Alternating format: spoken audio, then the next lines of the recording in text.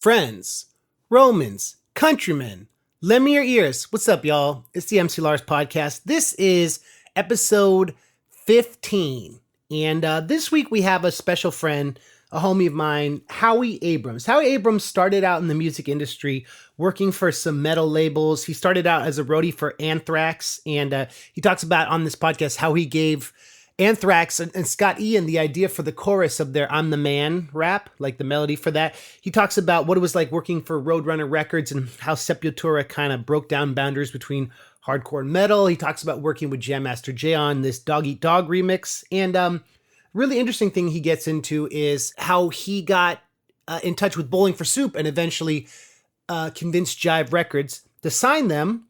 And then how he and I linked up, and then how he linked me with Bowling for Soup. And finally, how the music publishing deal he signed me to when I first graduated college kind of helped me make an important decision where I had to figure out, am I going to do MC Lars, or am I going to go right to grad school and, you know, do a master's in psychology or something? Or am I going to learn about psychology and the world from touring? So I owe that to Howie, as I also owe to him my collaboration with KRS-One, because that came about through my connection with Universal Publishing back in the day. Howie now, he's still an author. He's done a bunch of projects. At the end, after our interview, I'll talk about some of his upcoming projects. On the podcast, he talks about some of his projects. But something interesting is the editor he works with, who he writes books for, is at Simon & Schuster now. And I interviewed Eamon Dolan a few weeks ago, who's also an editor at Simon & Schuster. So it's a very small world. Howie doesn't work with Eamon, but I'm sure they have crossed paths. So that's what's up. We're going to end the podcast with I'm Dreaming of a Green Christmas, which 10 years ago I recorded with Jarrett from Bowling for Soup as a promo for an EP we did before Robot Kills came out. So I thought we'd end with that as the holiday season is upon us. I want to thank our awesome Patreon supporters, Mark with a C, who's an amazing musician. Mark, thank you for your support. Shout out to Adam and Ernie. And of course, I want to give a shout out to some of the old school supporters, William, and Emily. And William J, saw me open for Bowling for Soup in 2005 in Chicago and has been coming to all my shows since then. So that's tight. So before we jump into this, I want to read a quote from the Velveteen Rabbit. This is a beautiful quote that I think kind of sums up in the music industry. You know, there are people you work with who you become friends with, who have your back, who will always be there for you. And there are people who you kind of just meet briefly, who help you out, or you help them and you don't see again. But Howie is one of those people who I consider a dear actual friend. And he's been loyal to his artists like ILL Bill and the Lords of Brooklyn, because Howie comes from a DIY place of helping people out and, you know, doing it for the right reason. So I want to read this quote from the Velveteen Rabbit, which is a beautiful quote that kind of makes me emotional. Okay. Generally, by the time you are real, most of your hair has been loved off and your eyes drop out and you get loose in the joints and very shabby. But these things don't matter at all, because once you are real, you can't be ugly, except to people who don't understand. That's tight. This is my interview with Howie Abrams on the MC Lars podcast. Check it out.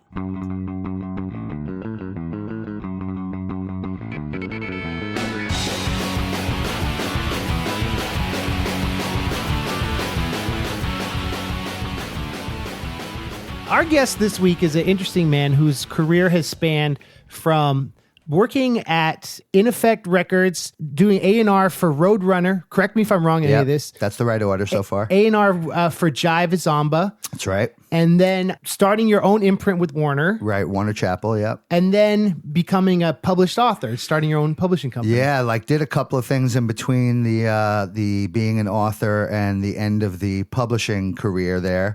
I managed some bands. I just day job stuff too, because I was trying to figure out what the heck to do with myself. Yeah. And kind of on a weird whim wound up writing a book. You know, probably a bunch of your listeners know who ILL Bill is. ILL Bill is a really close friend of mine for years.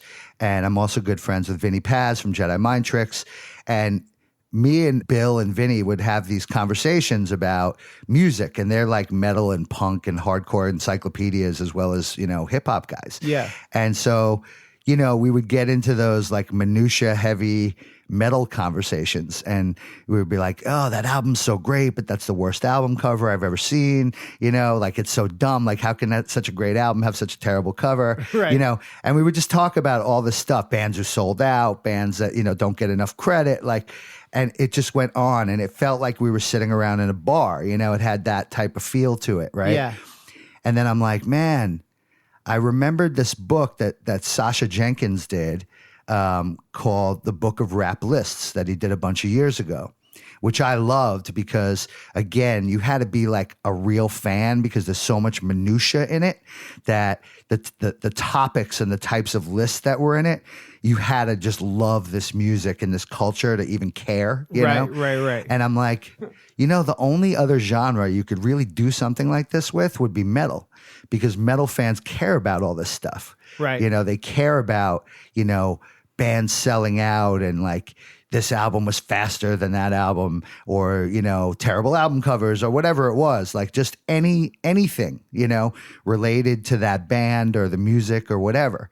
So I approached Sasha and I said, what do you think about doing a metal version of your rap list book? Yeah. And he's a real author. Like he's done real books before, did the Eminem book. He's an author. Yeah. And now a filmmaker. He's done some great stuff. He was like, I love it, but he was he had a company called Ego Trip at the time, which was a magazine and sort of a production company. And they did the White Rapper show. They were the production company. Yeah. And so he's like, but we don't have Ego Trip anymore, but I don't care, let's just do it. So he introduced me to his literary agent, and that was a whole new world for me, like I didn't know anything about. He was totally into it, and he told us how to put a proposal together for it. And we did, we just sort of wrote 10 pages, Yeah. And then he shopped it, and we got an actual publishing deal within about 3 weeks, which was just shocking, because this was, I'd never like done this before, And so we got, and ironically, the publisher was Abrams Publishing, right, which does the Diary of a Wimpy Kid books, so like when I said, hey, we got to deal with Abrams Publishing, they're all like, oh, so you're self-publishing? I'm like, no, it's like it's a real place. They do like major books. Yeah. So we did it. We actually had like a nice amount of success with it. It was great. We were in the New York Times. We were in like Entertainment Weekly, like real mainstream, press like that picked it up. I remember walking around Brooklyn and there was promotion for it. Like my philosophy is with books, like especially about music related stuff and things like that, is you promote it like a record. Because you're trying to hit up music fans. Yeah. And so the way that they find out about albums and artists and whatever, you have to go about it the same way. Right. So if you do it like book promotion, you're going to get some press in places that are just never going to sell you a book, especially a book like that. You said it was in New York Times? Yeah, the New York Times did. They latched on. We did a list called, which was the 200 worst heavy metal album covers of all time. Uh-huh. And so they latched on to that list. Yeah. So they did a full page Sunday Arts and Leisure section with images and an interview with me and Sasha, about these covers, and they highlighted about 12 covers. It's pretty dope. So they interviewed us about the 12 covers, like what's terrible about them, and most of it came down to like, would you ever wear that on a t-shirt? Like you'd be embarrassed to walk down the street with that on a t-shirt, Maybe you made some of those albums cool again, though. Well, we may have. It definitely brought attention to some of them, because a lot of them are great albums. What was the worst? Do you remember? Well, the number one worst was the first Anthrax album, Fistful of Metal, which is like this metal guy's fist with like spikes and a chain wrapped around it and like a cut off finger leather glove, right? Coming through the back of a guy's head and out of his mouth, right? But it's drawn like a 4-year-old did it. You know what I mean? It's terrible. It's not like anatomically correct, like where things are don't make sense, This wasn't a self-release. This was this was their first album on Megaforce, wow. And so, and it's a classic album. It's a classic metal album. Yeah. It was like the East Coast entry into thrash metal, Yeah. And so it's a big deal album and it's horrible. Like the cover's the worst, Yeah. So, and people agree, you know what I mean? The band agrees, so I've heard the band doing interviews talking about how crappy the album cover is, you know, and like what were we thinking? And we were in a hurry, and like somebody in the band's girlfriend did it, and it was, you know, it was one of those. So like it came together like why it sucked, you know. Yesterday I was listening to their Attack of the Killer Bees compilation, which they did good covers. The Bring the Noise remix is on that, which was very controversial actually, because it like divided the troops on that band a little bit. Really? Yeah. Because there's people who just loved it. I loved it, you know. Bill loved it. Like just, you know, people who, whatever you thought of Anthrax's couple of albums before that, like it was a bold thing to do. Yeah. And it's a really good cover. But like the purest metal fans were like, why are you putting fucking rap music in our shit, you know? And turntables. Like, take their hip hop peanut butter out of our chocolate, you know, out of our metal chocolate, you know? And it was weird because a lot of people like hated it. Listening to that, it was like a moment of convergence, right? Big time. It was brilliant on that level alone. Yeah. That song with guitars and then with Scott Ian rapping the third verse. Which was the worst part. That's where it kind of like fell apart for me a little bit. But the combo of those two groups, realizing that they're both kind of revolutionary musically, lyrically, that they were ultimately kind of coming from a similar place. And then both from New York. Both from New York. Yeah. I remember when I was younger and I was spending a lot of time with the guys in Anthrax and everything, we used to go to the Def Jam and Rush offices a lot. Oh, cool. And so we would go up there, and that's how we first heard Public Enemy when Yo Bum Rush the Show was coming out. Flavor and Chuck would be at the office all the time. Flavor would be there all the time, like harassing all the, you know, assistants and stuff. Right. And we would go up there, and then we heard what they were doing. And the thing about the Bomb Squad doing production at that time and what Rick Rubin was doing at the time, it felt like hard rock music. You know, the energy was so in your face, and like hip hop wasn't that at the time. Right. It was very head nod, you know, and about the MC, and the music tended to come secondary. But they put like the tracks at the forefront, and it was like a little irritating and it was hard. That was Anthrax. That's heavy metal too, you know? Yeah, right. So those two coming together, it kind of made all the sense in the world. And then they became friends, so they did the song. But, you know, you're always going to have purists. I'm sure most purist rap aficionados hated it, and a lot of purist metal heads hated it. Yeah. But it sort of transcended all that and became almost, you know, like this pop song in a way, because a lot of people who didn't care that much about either group to that point heard it and were like, oh shit, that's awesome. That was my first inroad to Public Enemy. Mm-hmm. Somehow I thought Chuck D and Flavor Flav were part of Anthrax. Right. It was like their guest singers. Right. So listening to that record again, and then there's the I'm the Man remix. Which is fucking awful. So a guy who I did a fanzine with, like in 84, 85, who I went to junior high school and high school with, a guy named John Rooney. He was like my partner in crime with music and stuff. We all went to shows together and like all that stuff. And we became very good friends with like the Anthrax guys for a while, like around the time of Spreading the Disease, their second album. So we went on the road with them. Like we would, you know, do stage security for them, like just like for them to justify having us there, kind of, you know? Right. And we would do a fanzine and we interviewed them and stuff like that. And so we were at Scott Ian's engagement party, and it was in a house. We're in the kitchen and we were talking about, wouldn't it be funny, like if you did a rap song, you know? And so people start like just throwing out lyrics, you know, like jokingly, you know? I assumed that it was ending there, you know, like my thing was, you know, well, what about the music? And I said, what about if you did Hava Nagila? Right? So I was like, dun, dun, dun, dun, dun, dun, dun, dun, dun, dun, dun, dun. And that became the riff. Right. So John, my friend, wrote a bunch of the lyrics. Okay. I came up and uncredited get the idea for like the Hava Nagila guitar part. And then they fucking do it. They actually put it out. Was it a hit for them? It was a hit. Right. And it's terrible. And on the cover, they're dressed in like Adidas. They're trying to do like a big Run DMC-ish kind of thing. But the joke is that they end the line with a surprising lyric, right? Like the opposite of what you'd expect them to say. Yeah. So kinda. it's like, but the remix, it has kind of like the Amen breakbeat, and it's kind of more unified. And I remember a few years ago, I was hanging out with Mike Kennedy, who was in a band from VOD, and we were at a party, and Scott Ian was there, and I was trying to talk to him about like why he did a remix of it. Right. And he said it was something like the label wanted a more clean version of it, but that remix wasn't as big of a hit. But it sounds much better. Yeah, the original version was actually like, it sold a lot of copies. It was their first actual gold record. Oh, wow. For Anthrax. But I hated that. Like, to me, because that was like a mockery. It's a parody. Yeah, right? And it was just, but a mockery, not even just a parody. Was that like, pre or post working with Public Enemy? I think that was after. Okay. And so it was too spoofy, you know? Right. And Scott was legitimately into hip hop, so it's not like he didn't respect the culture. Yeah. But I don't know if it was sort of intended to be like a goof or if people just took it as a goof. So they're like, yeah, it was a goof, you know? Like, I'm not sure. Right. Like how serious they intended it to be. I mean, obviously the lyrics are goofy, so like it couldn't have been meant to be too serious, but I wasn't a fan. Like Dee Dee Ramone's rap album. Right. For those of you who haven't heard that, to me, that's up. more credible than I'm the man.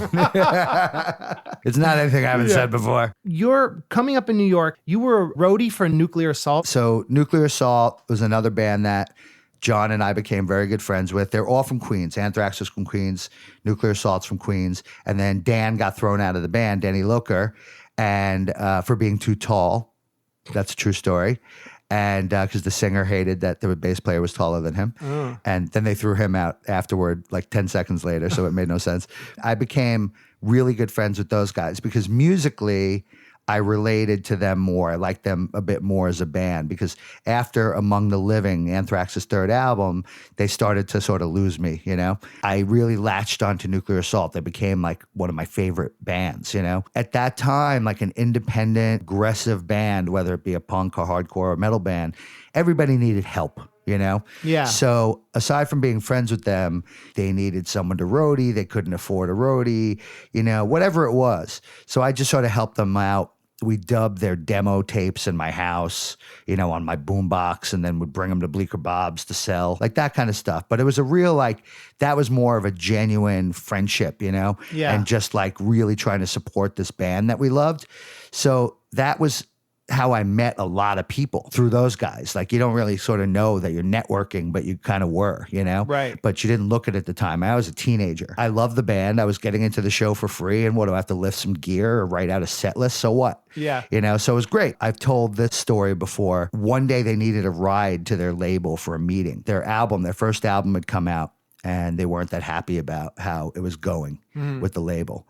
So I thought I was just driving them to the label. And then they sort of said, why don't you just come in and you'll sit in on the meeting and, you know, whatever. So I sat in on the meeting with the label president and those guys and a marketing guy and whatever. And they're kind of like, you know, we're just not happy about how things are going. Like, you're pushing other bands more than us and like whatever. So they were like, you should hire this guy, me. I'm 16. And I'm like, how did that just become a part of this discussion, you know? And so I start talking to the president of the label, you know, and I'm 16 years old and I'm probably high at the time, you know, because I'm sure we got high before we went to the friggin' meeting. And he's asking me questions like, what would you do, you know? And I just felt like the labels at that time had like this routine, like you book some ads in the right magazines and you do this and you do that. And it's like, it became very formula. Yeah. And after a while, when you do it with 10 bands, like, you know, the 8th and 9th and 10th band, it's not working so well for them because it's just like tired already. Like, have you ever found out about a band from an ad in a magazine? Like, did you ever look at Rolling Stone, see an ad and go, oh, I want to buy that? Probably not for 25 years. Yeah. For me, I'm not sure if it's ever. You know, we were talking and then they're like, you know, so you could tell he's kind of like digging where I'm coming from. Yeah. And then he goes, wait a minute, how old are you? And I'm like, I'm 16. And he's like, well, first of all, I'm not going to be responsible for you leaving high school to come work here. Like, that's not happening. So why don't you give me a call, like, when you're done with school, and we'll see what's what. So that's actually what I did. So when high school was over, I actually gave him a call, and I sort of badgered him. I like kept calling and calling. Right. And he actually hired me. At the time, the company was called Important, and it was Important Record Distributors because they started out as an import company. Yeah. So they would import all the like British singles, like everything that was in the NME, you know, and the Melody Maker and stuff like that. Like whatever was in there, they would like import and sell. But then they started a couple of record labels. So they had Combat Records at the time, which was a metal label. They had Relativity Records at the time, which was like Joe Satriani and Steve Vai, right? Yeah. And they had the Les Miserables soundtrack like that, but it sold like crazy. Right. Like it was a big deal. I got a job as a salesman. And I wasn't very good at it, but like my foot was in the door and I was getting free promos and I'm 16 and it's great. Somebody's paying me. Right. Like to do something with music. It was kind of cool. So then as I'm there, I started to observe things and like realize stuff.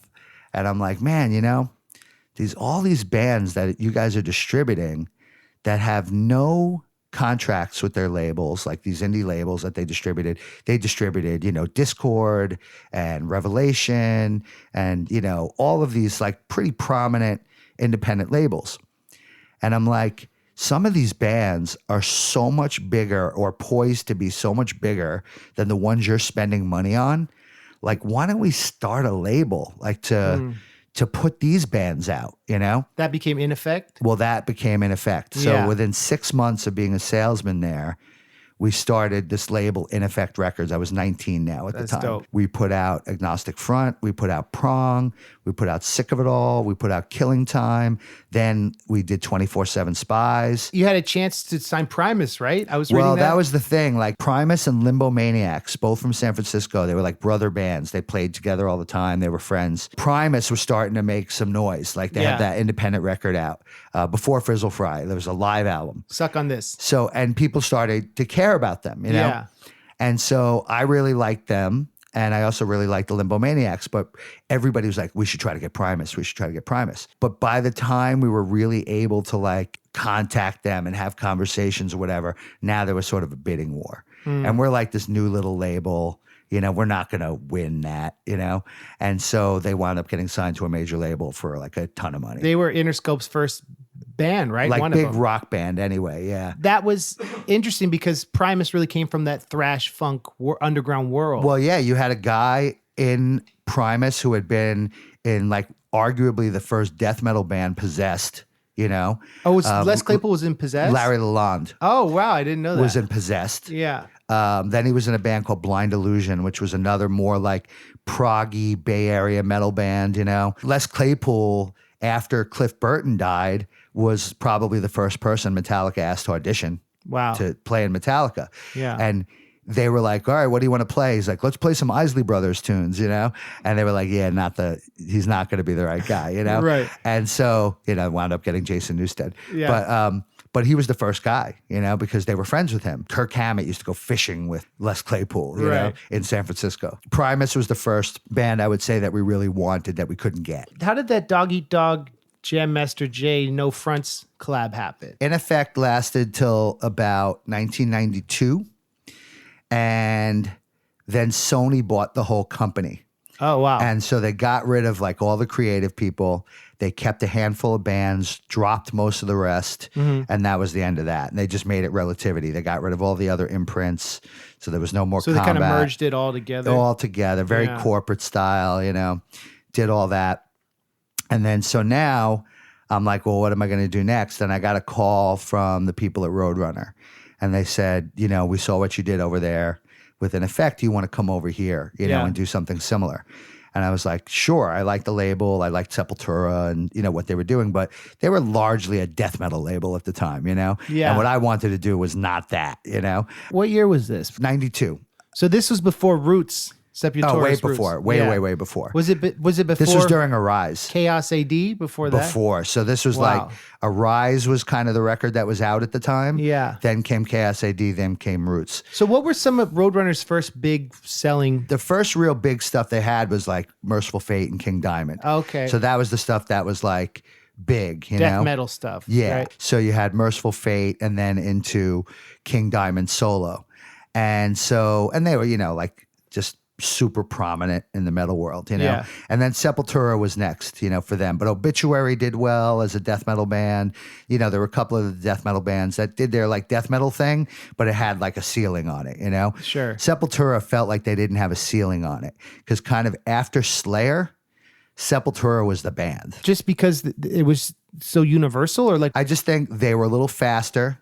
They were more aggressive. They were sticking to the formula that the first 3 albums Slayer fans liked. And they were just relentless. You know what I mean? So there was no let up. Like you had no idea that they would ever stop doing that style. And they just kept getting better and better at it. What I liked about that band, they were one of my favorites, like in middle school, was that you would remember melodic moments. That's right. From their stuff, which some of the other metal stuff, not as much. Well, you know? they were also anthemic. Yeah. And like Max's voice was just kind of a very straightforward, angry voice. So it had like a punk hardcore thing about it, you know? Yeah. And like they were very unpretentious. You didn't look at them as like a rock star band, you know? You could relate to them, you know? Yeah. And you saw the other music that they liked and were influenced by, and it wasn't all just death metal bands. Like they liked other stuff. Yeah. They liked hardcore, you know, they liked Discharge. They liked those types of bands. So you saw where they were coming from, you know? And then I met them and they were like the nicest, most humble guys in the world. And I think musically, you know, you saw there was like Metallica, and then you had sort of Slayer. And then after Slayer, when people were like looking for that next band, the time was right for it to be Sepultura. And Sepultura were awesome, like great live. And then they did this thing called the New Titans on the Block tour, which was their first like real headlining tour of America. And they took out Sacred Reich, who made sense, you know, to take out Napalm Death and Sick of It All. Oh, okay. And they were huge fans of Sick of It All. Yeah. And they gave them like a really early break to tour the country with a metal band, like taking this hardcore band and really doing like a 40-date US tour and taking them everywhere. And like they fell in love with them, you know? And it was just such a great tour because while they were super different, it made all the sense in the world in a live setting, you know? Yeah. And like Sepultura fans were getting turned on to Sick of It All, you know?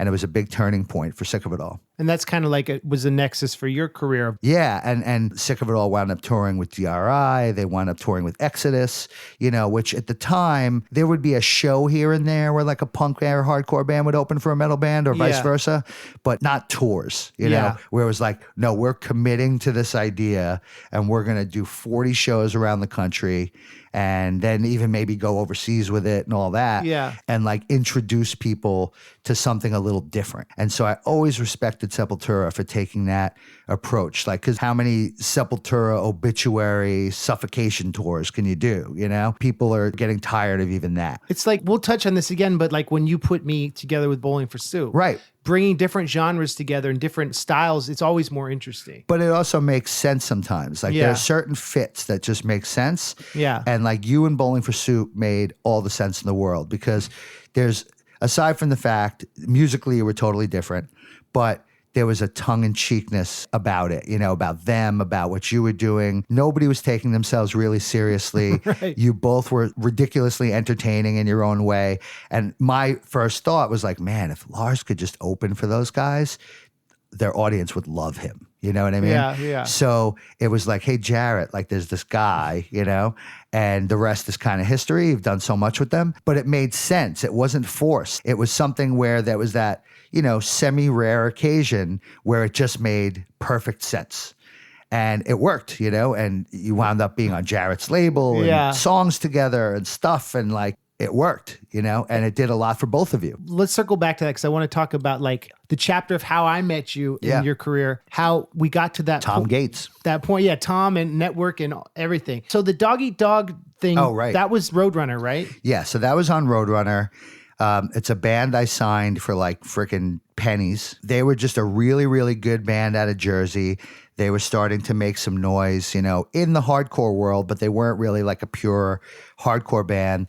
They had like sort of a hip hop element to them, and they were skater kids. Like that's really kind of what it was. Yeah. And to me, skater kids were always tastemakers, you know, so like I remember like the rap labels used to go down to like all the skater spots and give out promos and stuff because those kids were like the kids who knew music, you know, and the stuff that was going to be next. Well, and also probably because before the internet, they had the physical mobility of being able to travel, right? To different parts of the neighborhood. That's right. Without having to borrow mom's car. That's right. Yeah. And like, I remember like the rap labels would go down to the Brooklyn banks and stuff like that, give out t-shirts and like cassettes, like promo cassettes and, you know, and half the time those kids kids knew who those artists were already, you know, because they were onto it. Right. And because they were just the most up on music kids, like, you know, in every state in the country, you know? Right.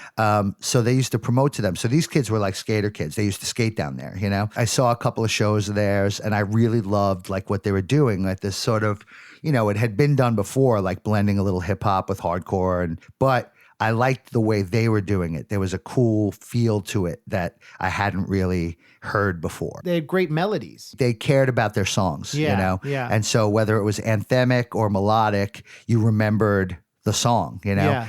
And so they started to make noise like in the New York area. I wound up having a conversation with them. You know, I did a deal with them and they weren't really ready to make an album. So we made a 4-song EP, right? And what's funny is the band's called Dog Eat Dog. So they called the EP Warrant because the hair metal band Warrant had just put out an album called Dog Eat Dog. So, that's pretty good. So that was like how that started. Yeah. And it started to get, you know, bigger. And then they were offered a tour of the UK with the Bad Brains, who they knew a little bit. And they did 11 dates over there, you know, super on the cheap, you know, making $200 a show, like just praying like, you know, you come out even when it's over, you know? Right. But they sold just enough merchandise like to float the tour, you know? So they came back from that. And then the guys in Biohazard were very fond of them. In fact, Billy from Biohazard is how I indirectly got their demo. Because he gave it to someone at Roadrunner in Europe, and they sent it to me. Wow. So it like came from New Jersey to Europe, like back to me in New York. Yeah. And Biohazard said, we want to take them on tour. And Biohazard was huge overseas at this point. They were playing 3,000 to 5,000 seaters all over Europe, the continent and the UK. And because Dog Eat Dog had just been there with the Bad Brains, now the promoters kind of knew who they were. So like, oh, you want to take that band? That's cool. They did well here, you know? Yeah. They did well with the Bad Brains, so we know who they are. Like they were cool to work with. Their first Dog Eat Dog album comes out. They go over with Biohazard and they start to do really, really well. Like they're doing great on the tour. They're not stealing Biohazard's thunder because that was sort of impossible at the time, but they were getting a lot of attention. And they started to get almost like mainstream attention, like MTV was paying attention. And they had a single out called No Fronts, which was the original version from the album. And then so they started to get big. They come back. We realized, wow, we just sold like a whole bunch of records over there from that tour. Yeah. Album comes out. We do a second single called Who's the King? And it gets bigger. Like they do another tour over there and they start doing the festivals and like all that kind of stuff. And they're getting bigger and bigger and bigger. Now we're at like 50, 60,000 albums. But we really had no third single. So we're like, what should we do? So I came up with this idea that when they had No Fronts out, there were so few people who knew really who they were. Why don't we take that song and do some kind of remix or a redo of it and re-release it, you know, because that was the hit per se, you know? And so we're like, how do we add something to this thing? So I said, well, why don't we get Run DMC to produce it? And they had the same lawyer. So instead of Run DMC, the group, it became Jam Master Jay. And so we did a new version of this song, No Fronts, with Jam Master Jay producing it, re-recorded from scratch, different tempo, different verse lyrics, everything, but the chorus was the same. Yeah. Because the hook was such a great hook. And so we released that. We did a video for it, and they blew up. Like they became MTV darlings. At the time, there was something called Viva in Germany, which was like the German language MTV, you know, huge there. So it's England, it's the continent, it's everywhere. And they just fucking explode. And they wound up selling like 500,000-600,000 records in Europe. Wow. On that album. Wow. And it was amazing. And it had a lot to do with this Jam Master Jay version of that song. It worked great. I mean, it's one of those things. Good job, Howie. Thank you. But you never expect it, you know? Right. You don't know that's going to happen, you know?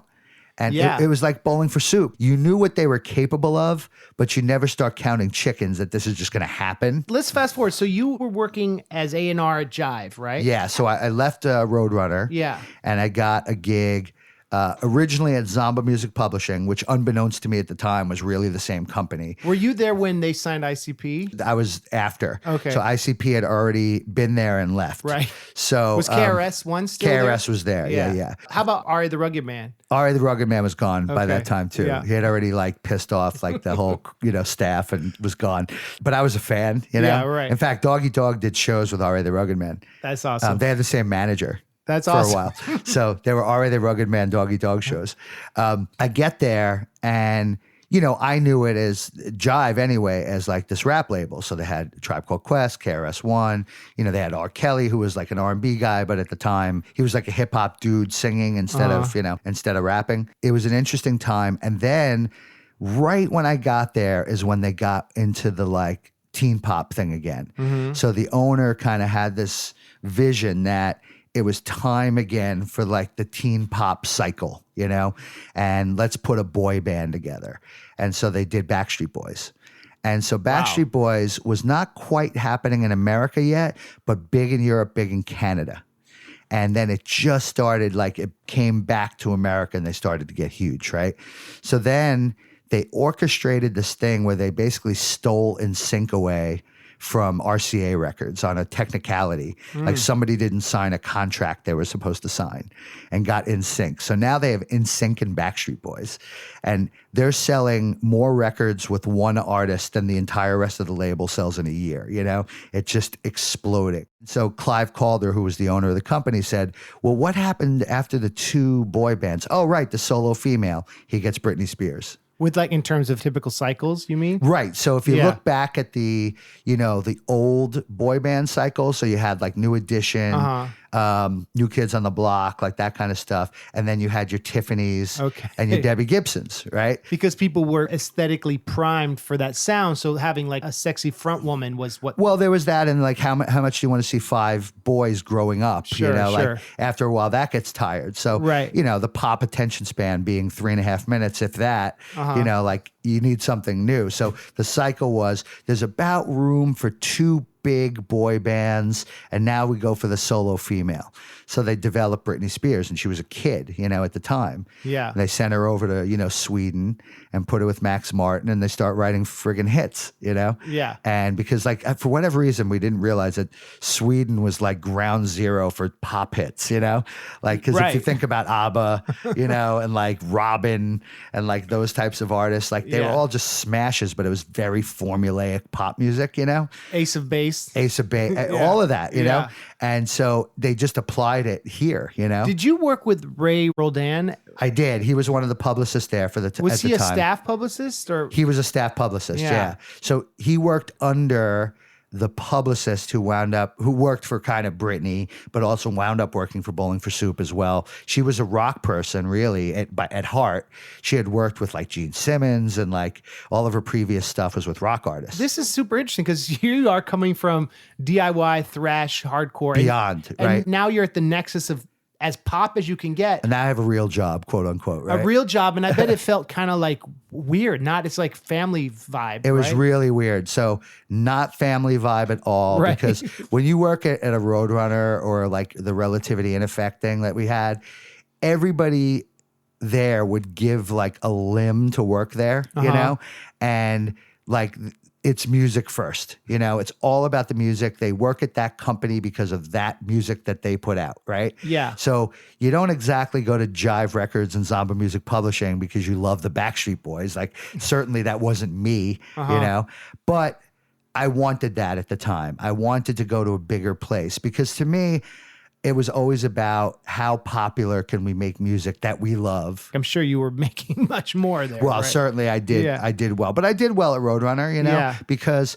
you had like your salary, but then you made like a piece of the artist, and then you have a band like Doggy Dog blow up, and you actually, all the royalties and overrides that you hear about from A&R guys, like I was actually getting it at the time, Wow. So it wasn't bad financially, but I had outgrown the company. Like we couldn't see eye to eye anymore. I wanted to do bigger things that unfortunately it seemed like they probably weren't capable of. So it was time for me to leave after 5-6 years. But I had a great time there. I learned a lot. Great people, like there's people who I worked with there that are still super close friends. Was Sue Marcus at Roadrunner? Yeah, Sue Marcus was there before I got there. So, and she was your publicist for a while. So, and then Tom Gates, who introduced me to you. Who years ago I met because he was in the UK with Brand New. That's right. While I was promoting my first album that Truck Records had put out. And then Tom had gotten you my EP I did with Mike Sapone, who worked with Brand New. Right. And I wound up doing the publishing deal later on with Brand New, which was great. But not that record. They did the Fuck You record after they had a very successful record. And it was just like, man, what you just guys like rebelled against yourselves, It's like you decided not to make a commercial album because you were like mad at the success of your first album. Like people get weird like that. It's interesting how talking self-sabotage in recent news with them. It's ridiculous. It's and this on so many levels, right? Yeah. Like personal and professional. So when and how did you meet and sign Bowling for Soup? It was 1999. At that time, I would do panels, at like some of the conventions, the music conventions. So South by Southwest wasn't quite a big deal at this time, but it was like CMJ, and then there were local ones. And I was spending a lot of time in Atlanta at the time because I had a couple of artists that I worked with out of Atlanta. And they had their own music conference called Atlantis. So before Atlantis, I had gotten a one-song CD from a friend of mine named Mike McCoy, who's an attorney. Yeah. So Mike was Bowling for Soup's attorney. Okay. He sends me a CD of this song called The Bitch Song. But it was right before I was leaving for Atlanta to do a panel. Okay. So I hadn't heard it yet, but I knew that they were playing at Atlantis. But I couldn't go to their show because the groups that I was working with were playing at the same time on the same day. So Bowling for Soup were there? Yes, they were there. So I go to do my panel. Couldn't tell you what the panel was about. I'm sure it was some bullshit that most people lied about and I told the truth about. And I meet this guy named Jeffro. And Jeffro comes up to me because he wants to give me the CD of the Bitch Song, not knowing I had it already, to come see the band. Wow. And he meets me outside the panel. And I have a great talk with him. He's a great guy, whatever. And I said, I'm really, really sorry, but I can't come to the show because I got to go to these other shows. That all goes down. I go back home to New York and I listen to the CD. And I'm like, this is really cool. I like this song, Yeah. And then by that time, it was on alternative radio in Dallas, but on the specialty shows. So it wasn't getting regular rotation play. But they have like the smash or trash kind of things, like, should we keep this song? Should we throw it out the window? And it was winning every night. The Bitch Song was winning every night. It was getting like almost to the point where it was a joke, like because they were beating Marilyn Manson. They were beating huge artists on the station. Right. So they actually retired the song, right? So I talked to Mike McCoy and I was like, I like that song, And then I'd met Jeff. So I played the song in an A&R meeting because already working for Zomba, the A&R people for Zomba went to the Jive A&R meetings. And there was no rock on the label whatsoever.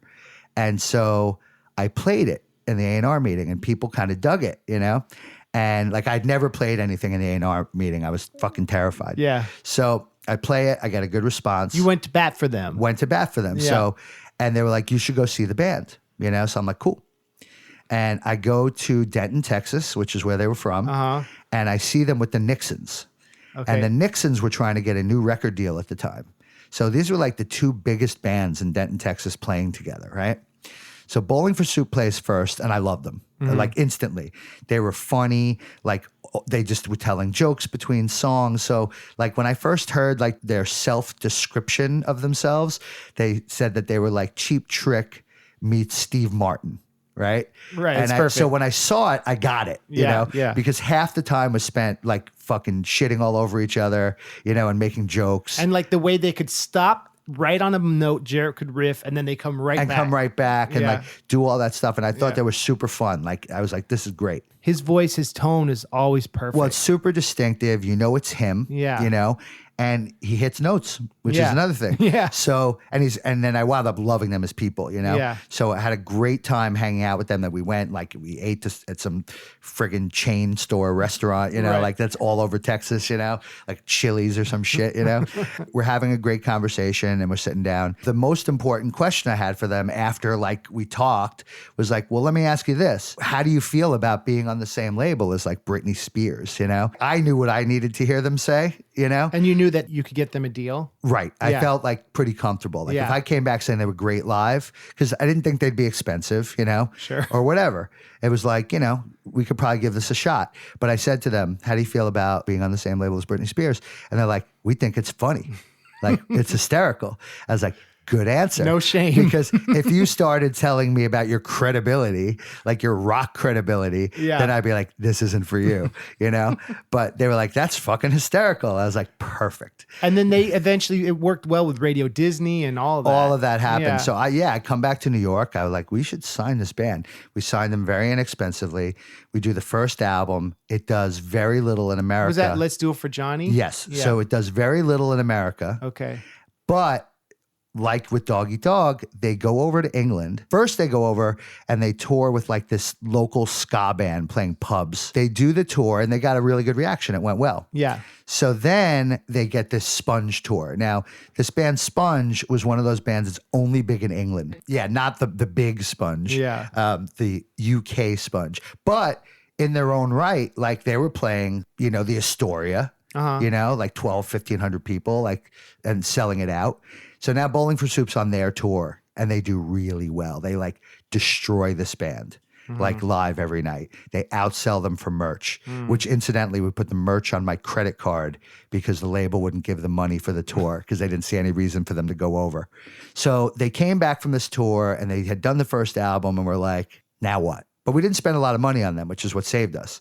So it's not like we lost tons of money on them. Yeah. You know, it was just like, it didn't go so great, you know?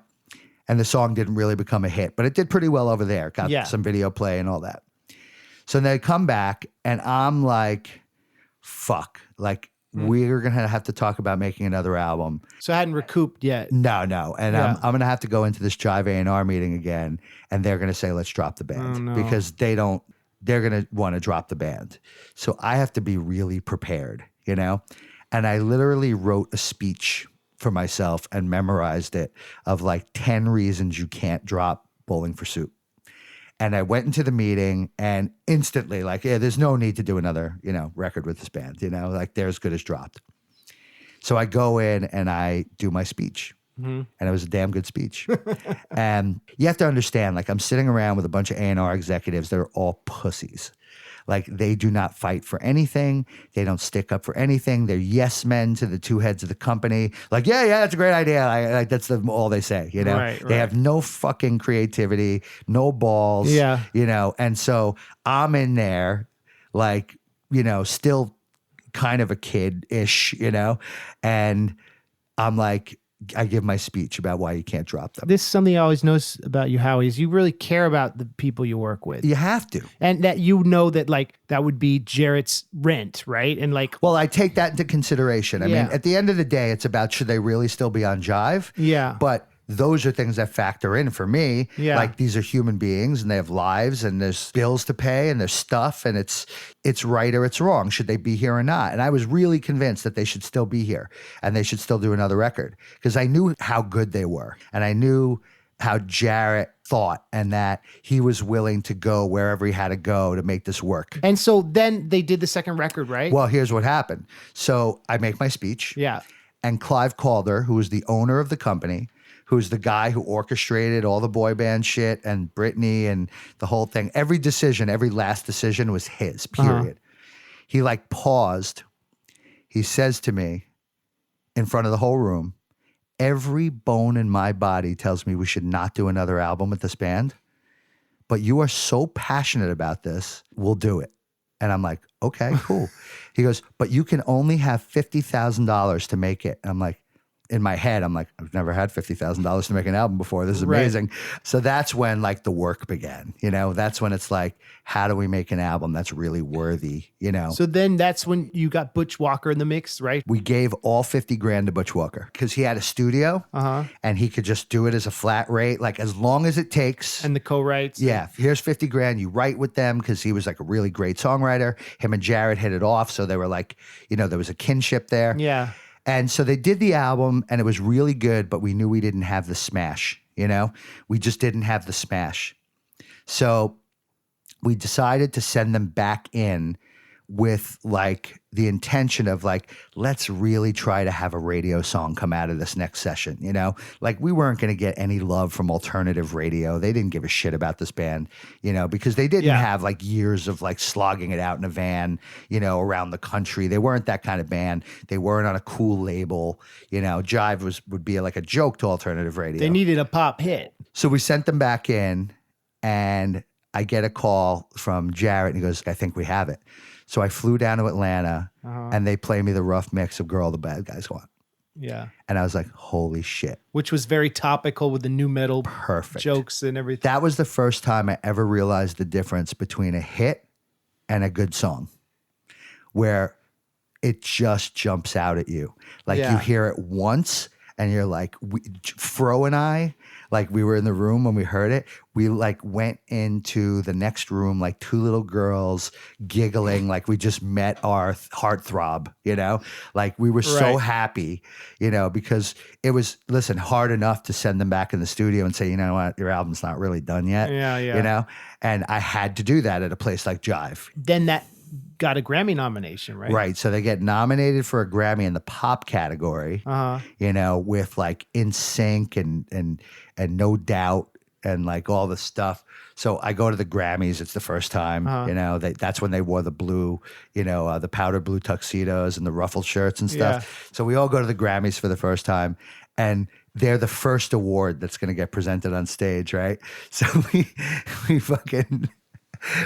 look, and there's No Doubt standing on the side of the stage, and we're like, well, guess that's over. You know, like they're obviously not going to win. Because they knew? Well, you saw, like they're standing there waiting to go up and get the award. Oh, no. And so, but it was fine. You know? And we had a great experience, you know, and that all went great. And then the album did very, very well. And then they did the next album, and it did even better because that had 1985 on it. And 1985 was even bigger. So how did you find that song? We literally were on a hunt, you know, for another song that could do a lot for them, you know. Yeah. The manager sort of had the song already, but he wasn't the right artist for that song. Like it wouldn't be delivered the same way if it was him, but it was perfect if Bowling for Soup did it. So we're like, can Jarrett like mess with that song and rewrite the lyrics? SR-71 had already released it? Yes, it was SR-71. It was actually out. It wasn't a single, obviously, right? Well, it didn't work if it was, you know? So we're like, nobody's heard it. Can Jarrett mess with that song? You know, and is so that cool? He did an update of it. So he updated it. Yeah. They recorded it with Butch, and it was just another one where you heard it and you're like, fucking smash. Right. It's a smash. Right. So I brought it to the label, and it was just over, you know? And it was like immediate, like, let's go to top 40 with it, you know?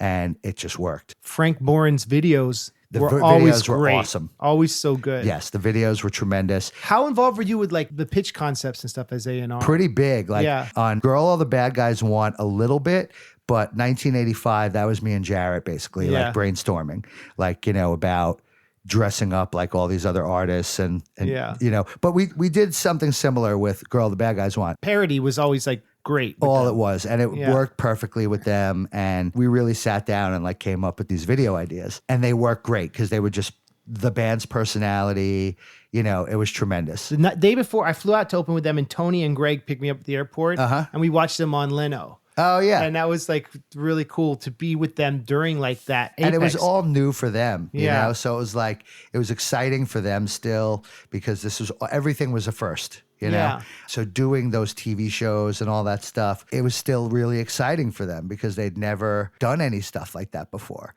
They were just this little band that could, you know? They were killing it, you know? It was amazing. And it's very interesting to think about the world now and how to listen to music back in the day, you had to have a physical piece of media to listen to it. Pretty much. And how they were kind of at that nexus between those two eras. Yeah, well, it was an interesting time because you saw the digital world seeping in, you know, and sort of beginning to dominate. And listen, it's kind of what really hurt the music business.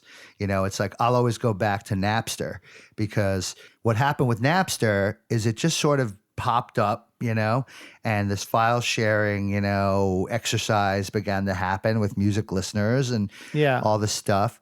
And the music business at large, especially the labels and the publishing companies, instead of saying, well, you know, that's what our audience is starting to do, you know, Instead, they're just like, let's just sue everybody. Right. You know, they made it like this evil thing, and kids like evil shit. And so it almost made them like more motivated to keep quote unquote stealing music. Yeah. You know, and because they had the power, they could do it whenever they wanted. They didn't have to wait for an album's release date. They didn't have to do any of that stuff. I don't have to like go to a store and buy it. I can have it right now.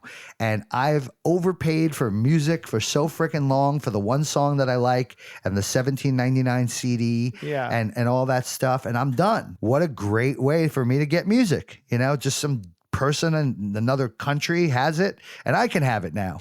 You know? So it was a really interesting time because it was like Bowling for Soup was really at the tail end of like being able to sell albums in bulk, you know? Because didn't that last record went gold, didn't it? The one with 1985 on it went gold. Well, Hangover You Don't Deserve. Right. And then the album before it went gold afterward. Wow. So they wound up with 2 gold albums. And, you know, and even the next album, it didn't do great, but you had like High School Never Ends on it, which was in a bunch of films and like got a lot of attention. So they were still very prominent. Like for a band like that, for people to care about them for 3 straight albums or longer is unheard of. When that next album came out with High School Never Ends, what was it like being the A&R and like having it not hit as much as the one before? It changed, you know? Yeah. I just think that the times were changing. Like that was the moment when it really started to change. Like the pop punk thing was kind of done. 2007, I guess. This was around then, because I left, 2005 is when I left the company. You know, it was just changing. So like the Blink-182, Green Day, you know, being really popular and being the sound of pop radio at the moment, like that had kind of ended. Yeah. You know, listen, when they were nominated for Grammy, it was 2002. 3, 4, 5 years is a big deal, you know, for kids especially, because their tastes change. You know, you don't like the same thing when you're 15 that you do when you're 18, 20. You know, it's different. And then you nostalgically love it when you're 25. Well, then that's what happened with them, right? So then they started doing the Warped Tours like of the last couple of years, and they were fucking heritage act. Yeah. You know? And like there was more people watching them than like these other bands that are supposed to be the cool young bands. Right. And it's amazing. It's a testament of great performance and timeless songs. Well, that's the thing. It's songs. It's always about songs. Yeah. And it's always been about songs. Music is about friggin' songs. Period. Imagine that. Melodies. Yeah, it's shocking, right? So, but every genre, everything, it's about the fucking songs. The hip hop we love and remember, it's about those songs or those beats or those anthems or whatever. And that's the stuff you remember. And it goes back to remembering Elvis and remembering the Beatles and, you know, or the Stones or whatever. They wrote songs. And why Nirvana kind of was the breakout punk band. Well, because it was a great song. Yeah. You know, Smells Like Teen Spirit was a great song. It was just dressed up as like a major label produced angry punk song, you know? What was your first reaction to my music when Tom, my former manager, got it to you? I mean, I loved it because I loved where you were going with lyrics, like, because it was different. And like you had like a lane lyrically that like no one else was doing. Right. And then I would hear like some of the samples and stuff that you would use. And like when you used Brand New and things like that. And I'm like, Jesus Christ, like who does this? You know what I mean? So that was like the initial, like, this is tremendous. And they were memorable songs. So that was the other thing. So you had a memorable song, you had something that was unique and different.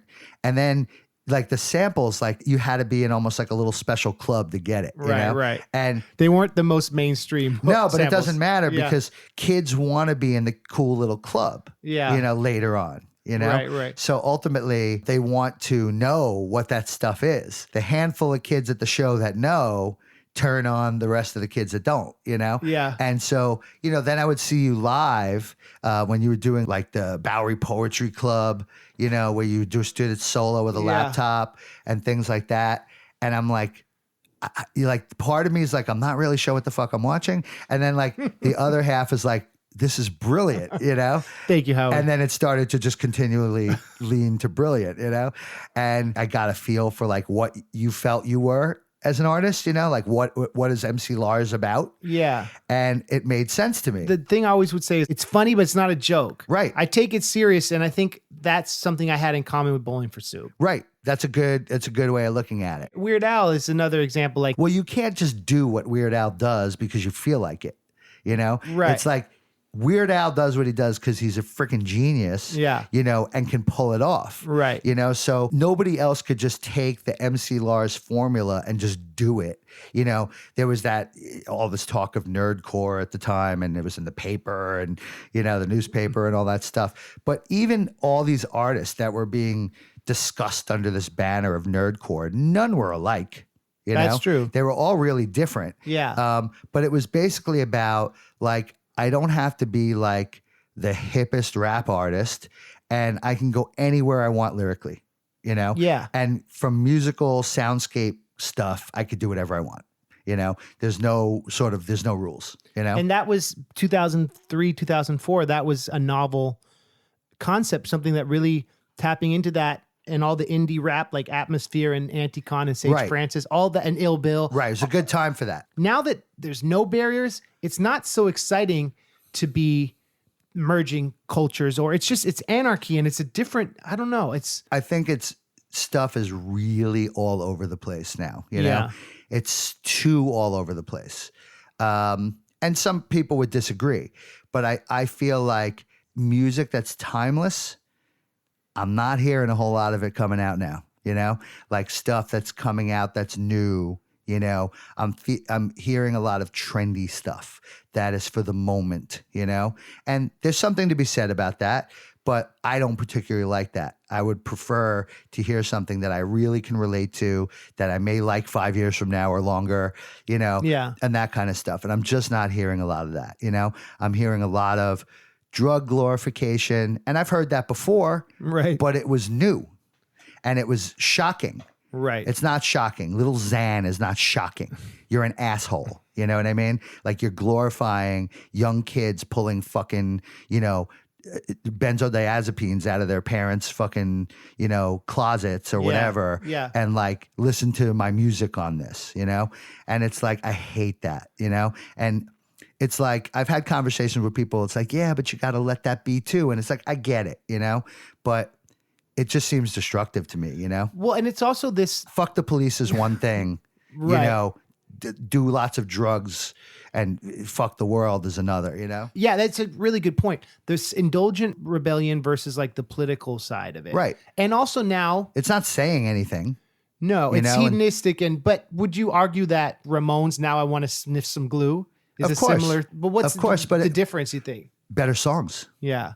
More timeless songwriting. I remember the hook, Yeah. you know? So there were songs like, I can sing you Now I Want to Sniff Some Glue right now. I know the melody. Yeah. You know, I couldn't tell you one song from most any of these, you know, newer MCs or whatever you want to call them. If they're even fucking MCs, I think they're just acts, you know? I was talking to Frontal out about this, that like with Tekashi 6ix9ine, it's about having that visual element where you're noticeable on your Instagram. Right. Having a colorful hair, being an icon, But he's fucking terrible. it's more emphasis on the imagery and the marketing than the music. I remember one thing about a song that he's done. It's like, shot, shot, shot, shot. You know, like, that's what I remember. It's Yeah. like, so what, you know? I just think about this as you and I both love music. We both love rebellious underground music. If kids today, that's their Dead Kennedys. Well, maybe they think it is, but I don't know how much they're going to care in a short period of time. They won't be nostalgic about him. I'm just speaking my opinion, but I doubt it. Yeah. Do you still find music that inspires you, that you love? Yeah, Yeah. Definitely. What are your channels for that? I, you know, thankfully have so many people around me, Uh-huh. you know, that turn me on to things. Yeah. That's usually how it happens. Yeah. Like, you know, I'm not like scouring Spotify playlists to like find something, you know, but there's certain blogs that I read and I keep up on, and I still love music. So I want to listen to something. If I think I'm going to like it, I want to hear it. Like, Yeah. it's so few and far between these days in terms of like liking something new. So if I can, that's amazing. If there's something new that like, you know, I can latch onto and hear. But it tends to come from friends that heard something super genuine or real different, and and maybe I'll think it's completely outlandish or whatever. I rarely think something's outlandish. I can listen to fucking anything, but I really do rely on the people around me, and I don't even realize that that's what I do, but I do. Yeah. And that's who tends to turn me on to newer stuff. You have a daughter, right? Do you get inspired by her taste? No, because she likes just very straight pop music, but she's pretty open-minded, so I can play her stuff, but she really is in that like 10-year-old mentality. Like her and her friends hear songs at a party or wherever, She does have this thing where she likes to be up on stuff before other people. Right. So I appreciate that, like that maybe comes from me a little bit. Yeah, like sure. where like she likes to find out about something, a little bit before all of her friends, Talking about your career in the music industry and stuff, like you've always been a storyteller and you've always been a maven to me, and you've always been someone who's passionate about preserving the culture. And as the industry shifted, it's been cool seeing you launch your career as an author and a publisher.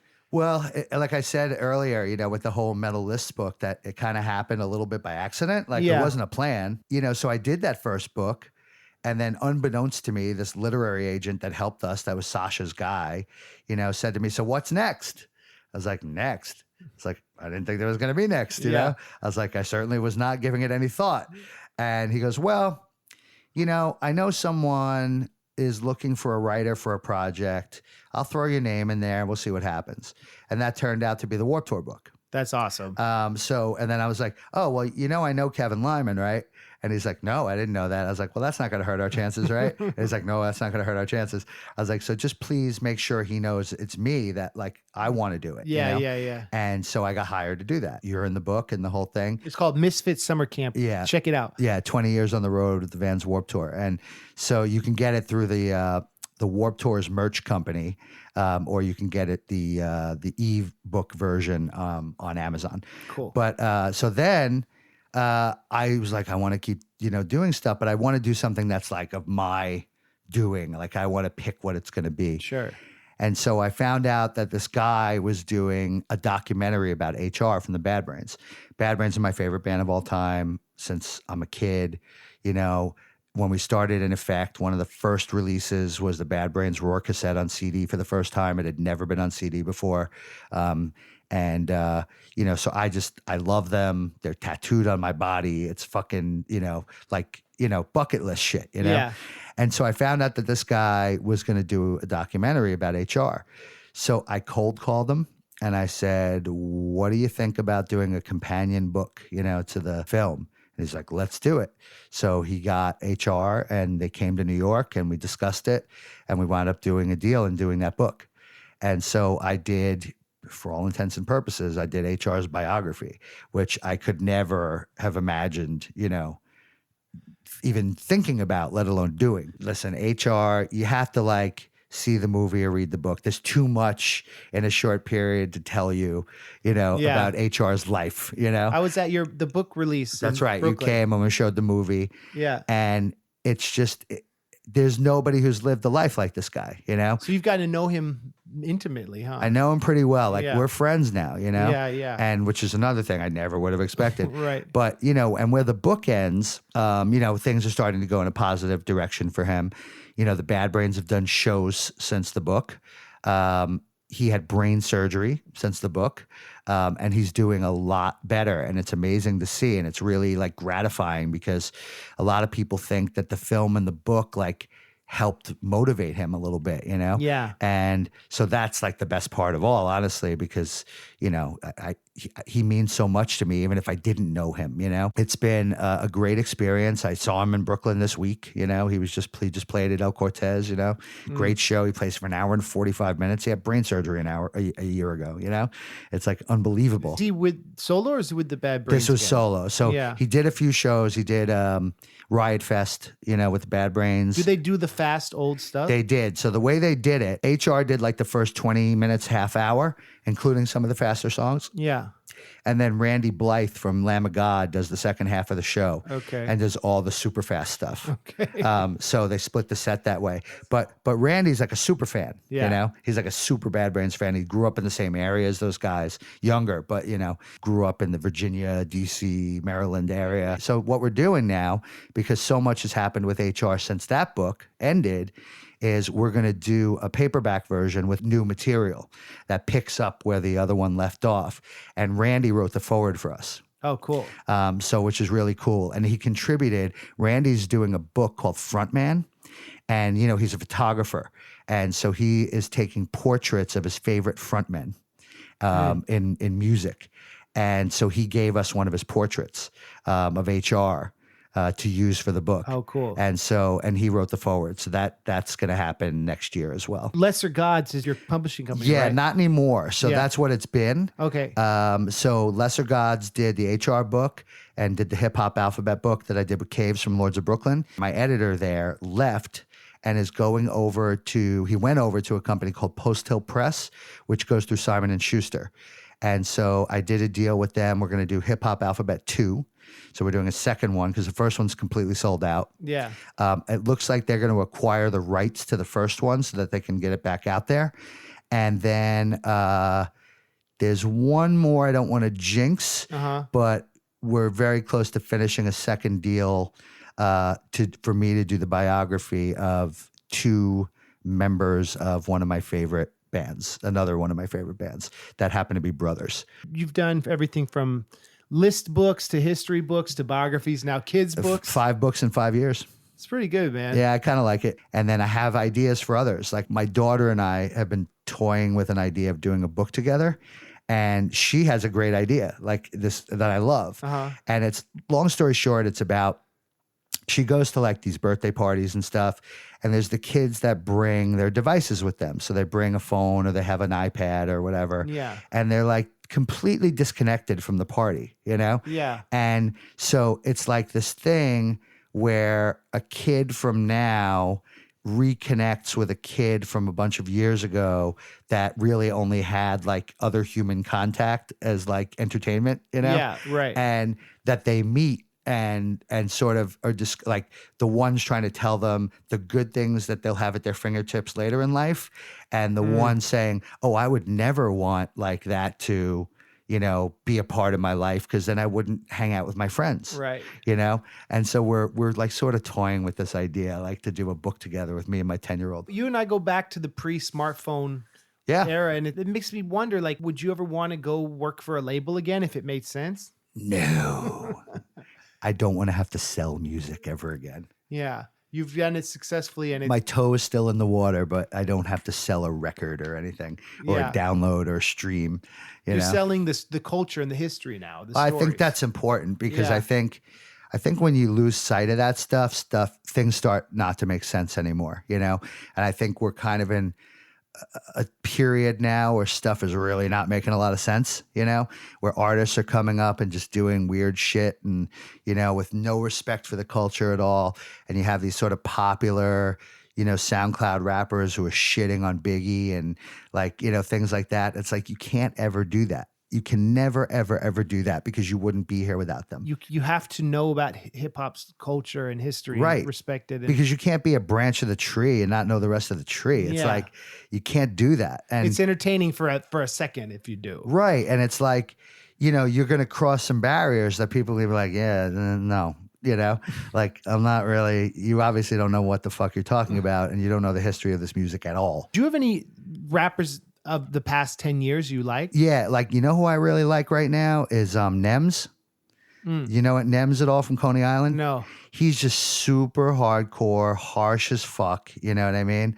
But like, I like his rhyme skills and, you know, like he puts up kind of a freestyle a day on Instagram and it's like unbelievable. Like, and he's like a battle rapper guy. He does like a lot of that stuff. Yeah. But he's someone who, as a hardcore rapper, like someone who I've heard in the last few years that I really like, who I think is really good. I've been on like an Eric B. and Rakim kick lately since they sort of semi-reformed or whatever. Yeah. But those are, again, classic records. But there's people out there still doing really good stuff, you know? Yeah. But the ones that I can respect and like are few and far between, Have you heard of the Suicide Boys? I saw the Suicide Boys. What's your verdict? The energy of the show was stupid, like great stupid, So their energy was amazing. Where'd they play? They played Irving Plaza. Was it pretty packed? Sold out. Yeah. Crowd was crazy. That's dope. Like really going off, There's nothing for me to hang on to. You know what I mean? It's like, other than the energy, like the lyrics, I don't give a shit about. Right. Their topics, I don't give a shit about, you know? So like, while I love the energy in the club and like this punk rock energy of like what they do, like I just don't care about what they do. Well, it's dark, right? And you're in a light But dark's place. okay. Okay. I love dark. Nems is dark as fuck, What do you feel, what misses the mark about it? I don't remember any of it. Okay. I don't remember any of it, and I can't relate to any of it. For me, when I'm listening to Spotify, when I'm walking, I have a playlist of all their stuff. Yeah. And I've listened to a lot. And it's like, I love the production and I love the flow. Well, the producer apparently is like the star of that group. Yeah. Again, musically, some of it's pretty cool and like all of that, but I just can't wrap my hands around the whole a specific thing, hook. Yeah. I can't like get down with the whole package of Suicide Boys. You know what I mean? Yeah, right. But I appreciated like what they did, and I respect like that they're doing it indie, and like, it's like they're getting it done without like a lot of help. To me, it reminds me, it's like a reincarnation of ICP. I figured you were going to say that. Yeah. ICP, you don't listen to them for the choruses necessarily. Right. Like I'm not an ICP fan, but I have the utmost respect for their hustle. You know what I mean?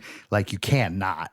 Right. It's so fucking great, like what they've accomplished, and they're still here, and they created a culture, Yeah. But the music doesn't do it for me, but that doesn't mean I don't respect them, Yeah. And that's kind of more how I feel about Suicide Boys. Like I can't get into it, but like, love and props to those guys. Like go do it, And what's great is having young kids into underground, like raw the rap. crowd's young. That's tight. Yeah. That's Crowd was very young. Yeah. I was like the old man in the room that night for sure. How did you get turned on to them? So Bob Bortnick, who you may know, who I worked with at Jive and Zamba and then at Warner Chappell, he did a publishing deal with them. Okay. And so, and I'd heard about them already. Like I knew the name, but like he said, come see them, like they're playing Irving Plaza tomorrow, come. Yeah. So I went with him, and, and it was just a different planet, but like the energy was awesome. Like that's what grabbed me. Like the kids were going berserk. I always like when I find about like a regional movement, then all the artists they work with, like Fat Nick and Ghost Main and like, Okay, so any closing thoughts as we wrap it up? I just love that like we're still both doing something, you know what I mean? Like we're both here, we're relatively healthy, I guess, and like, congratulations on your nuptials. That's a big thing. Thank you. I was very proud to be there. But like I'm just proud of you persevering and like through very difficult waters, and just continuing to do music, and I'm doing my thing, and a lot of the friends around us still are, and all that, and like that's the best, and yeah, man. And just you got to just keep it alive. That's it. I appreciate you saying that, because you've always been like a life raft for me, and always like every high moment from Warped Tour to out of college, being able to go on tour with Bowling for Soup to being able to talk about everything. Like you've always been a beacon for me, so I appreciate it. Well, I appreciate you saying that, because I just want people to hear shit that's good. That's it. That's all I've ever wanted. When we started In Effect, people like, oh, like, you guys are selling out. Like, people love to throw around selling out, Sure. Hardcore and whatever. And it's like, just shut the fuck up. Like you live in New York and LA and stuff like that. You're spoiled. Like you have access to everything, multiple record stores you can go to, all these types of things. Like you could still go to a record store. I don't even know if record stores exist. There's still record stores in New York and LA. And, and it's like, how about the kid who lives in Nebraska? Like, should they not have access to this stuff? Because like the way you have to go about it is like not DIY all the time. Yeah. It's like, that's ridiculous. That's you being selfish. I've always noticed you don't have patience for those gatekeepers or the hipster culture, which is like too cool for whatever. No, it's about you're making music. People should hear it. As many people as possible. Don't kill anybody. Don't hurt anybody along the way. All good. You know what I mean? Yeah. Like, that's it. It's very simple. And treat people well. Right. And don't look in people's pockets and like I'm even saying like Suicide Boys and ICP. I can respect their hustle. Like I don't have to shit on them because I'm not a fan. Like I respect what they do. I don't love their music. That's it. That's cool. I bet you they'd even respect somebody saying that. Like, like believe me, I see what they've done. I get it. That's a lot of hard work over a lot of years. Yeah. Like great. Like go do it. Keep doing it. Right. Do it till you die. Yeah. That's the path that you and I are both on. That's what I'm saying. Well, Howie Abrams, thank you very much. And Merciless is your show you do with Bill. Yeah, so ILL Bill and I have a metal hardcore punk radio show called Merciless.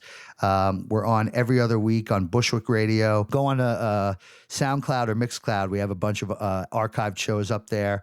And we actually have a pretty big announcement that'll be coming up, relatively soon about the show because we may be moving the show. All right, cool. Well, thank you for having me. Thank you, Howie. It's been awesome. No doubt.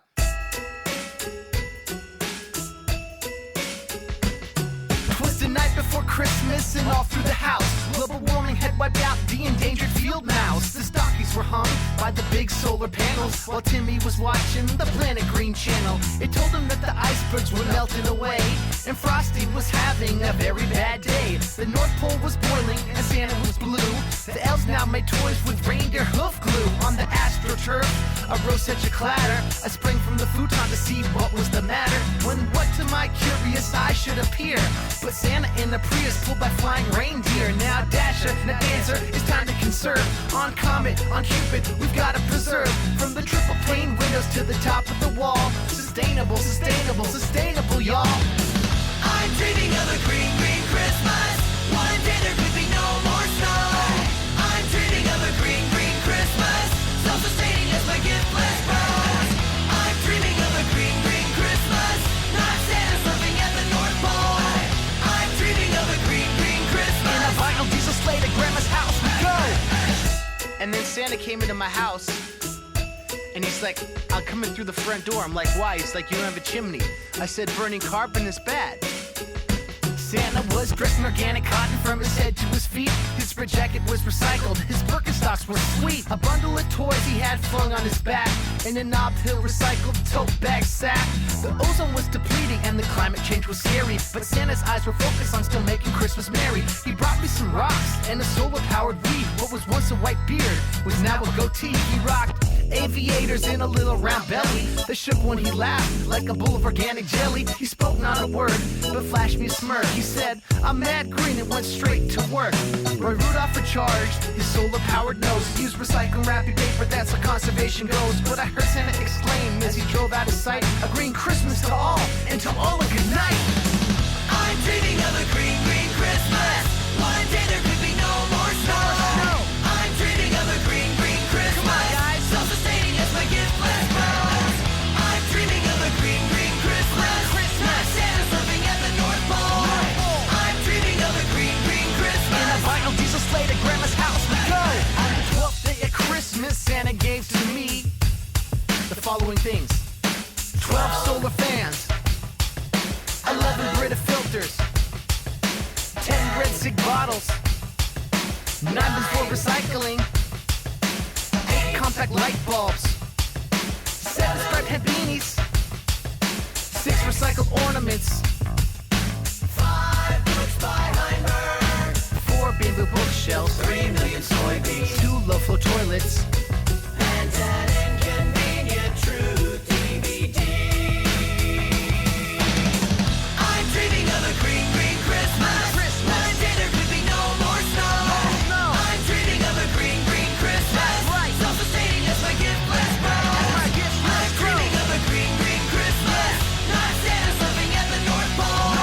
I'm dreaming of a green, green Christmas. And a vinyl diesel sleigh to Grandma's house we go. Merry Christmas, everyone. Happy Kwanzaa. Happy Hanukkah. We're so inclusive. We're so politically correct. We're keeping it real because it's Christmas. All right, kids. This year for Christmas, don't ask for toys. Ask your parents to donate a cow to starving families in Africa. Be a good person. Don't give me the mic. I get nutty. Still getting nutty on the mic. I wanted to update you guys that April 23rd, Howie's second hip hop alphabet comes out, and the paperback version of his book about HR from the Bad Brains. And finally, he is doing a book about Lou and Peter from Sick of It All, which is coming out next winter. So the dude's busy, and he's on Twitter. It's How Nice. That's his name. How Nice, one word. So peep that flavor. I'm MC Lars. I keep coming hard with the Patreon songs. Chronicles of Narnia, finishing the EP. The Last Battle's dropping very soon. You can get that all as a Narnian EP download if you sign up. And what else? Please leave a review. Please leave a comment. Please spread the word. And next week, guess what? I've got my dad, MC Bob Nielsen, home for the holidays. Thought it'd be kind of cool to do some family episodes. So I'm going to interview my dad, and then next week will be my mom. So that will be very interesting. MC Bob Nielsen and DJ Kathy. Tune in. It's your boy MC Lars. Thank you. Have a great week, y'all. See ya.